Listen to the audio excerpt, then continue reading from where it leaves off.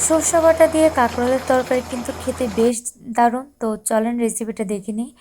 প্রথমে এখানে কড়াই গরম করে পাঁচফোড়ন দিয়ে দিয়েছে, তারপরে আগে থেকে আদা বাটা আর সর্ষে বাটা, গরম মশলা, জিরা বাটা ওইগুলো একে একে তেলের মধ্যে দিয়ে দিবে। দিয়ে দেওয়ার পর কিছুক্ষণ নাড়াচাড়া করে এর মধ্যে আবার হলুদ, মরিচ, লবণ দিয়ে দিবে। তো এটা কিন্তু আমরা যারা নিরামিষ খায় তারা কিন্তু প্রায় সময় এভাবে রান্না করে খায়। তারা তো আর মাছ দিয়ে খেতে পারে না। তবে আমার মনে হয় যে মাছের তরকারি থেকে এভাবে সর্ষে বাটা দিয়ে কাঁকরোলের তরকারি বেশ মজা, আপনারাও ট্রাই করে দেখতে পারেন।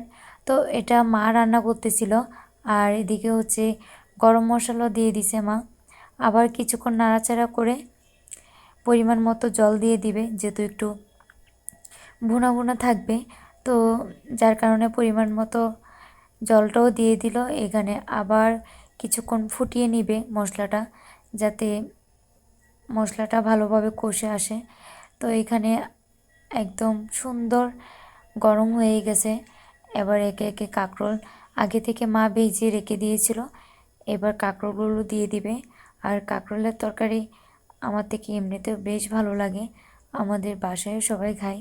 আর এই রান্নাটা মনে হয়েছে অসাম ছিল, মানে মাছের তরকারি থেকে শুধু কাঁকরোল দিয়ে সর্ষে বাটা রান্না করছে, অনেক অনেক মজা হয়েছে। আপনারা সবাই একটু ট্রাই করে দেখবেন। আর যারা নিরামিষ খায় তারা তো অবশ্যই এরকম রান্না করে খায়, তাদের জন্য একদম আলাদা কিছু না।